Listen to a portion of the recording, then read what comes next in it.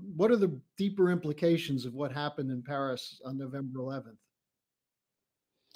Well, I think, it really shows what happens when vanity intervenes, because, obviously the commemoration of the end of World War One would have been a perfect opportunity. You had many, I think altogether 60 world leaders. You had the opportunity to really reflect on why did the First World War happen? How did it happen? Why was the world really sleepwalking into a great tragedy, which then, really ruined the entire 20th century because it led to World War II. So it would have been a perfect opportunity to think about that, to speak about that, and to, make real pledges that this should never ever happen again to humanity. So that opportunity was lost. Even the beginning preparations for a summit between Trump and Putin, which were underway, were nixed by Macron, who all of a sudden asked Russia and the United States not to distract from the big celebration, and to basically not have their summit. So it was actually a very short discussion only between Putin and Trump. And, it was very clear, as some Russian commentators, in my view, correctly noted, that this was all theatrics to create a stage for Macron to deliver his big speech. Now, if you look at the policies coming from Macron, who is falling in the polls like a stone, it is quite remarkable, because he said that Europe should become more independent from the dollar.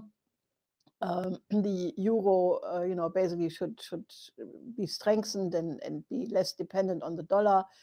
But he also called for a European army outside of NATO. And then his finance minister, Le Maire, a day or so afterwards, said Europe should be an empire, naturally a peaceful empire, but an empire to match the other empires like the United States and Russia and China. And Macron actually had said the European army is necessary to defend against Russia, China, and the United States. So, I mean, this is obviously quite something, and it reveals the backward old paradigm thinking of these people, which was unfortunately then backed a day or so later by Merkel in a speech to the European Parliament, also demanding sometimes in the future a real European army, when she contradicted herself a zillion times by saying it should be either inside NATO or within the context of NATO or as a supplement of NATO. But in any case, this idea that Europe must become an empire, or actually is an empire. I mean, this is not a new idea. This was already discussed by Robert Cooper, who I think still has some positions.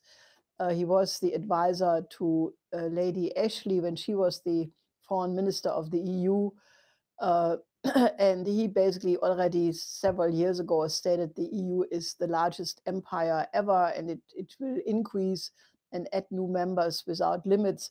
So this is really a megalomania view. And if you look at the real condition of Europe, it shows you also that it's an empire full of holes, like a Swiss cheese.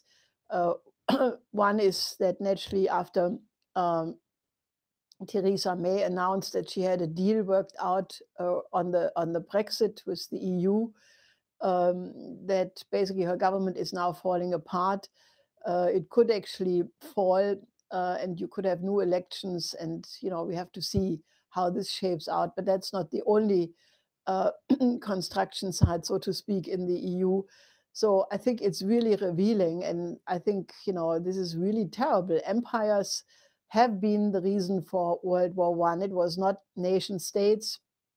It was the Austrian-Hungarian Empire, the German Empire, the Russian Empire, the British Empire, and it So, empires, and especially now, if you build up Europe as an empire against Russia and China and the United States, this is exactly the kind of old thinking what must be overcome. And this is why I said that the most urgent question is to overcome geopolitical thinking in blocks, and that we must move very rapidly to a new paradigm, which starts with the one humanity and goes for common aims of mankind, and not that kind of backward oriented kind of thinking as expressed by Macron and Merkel.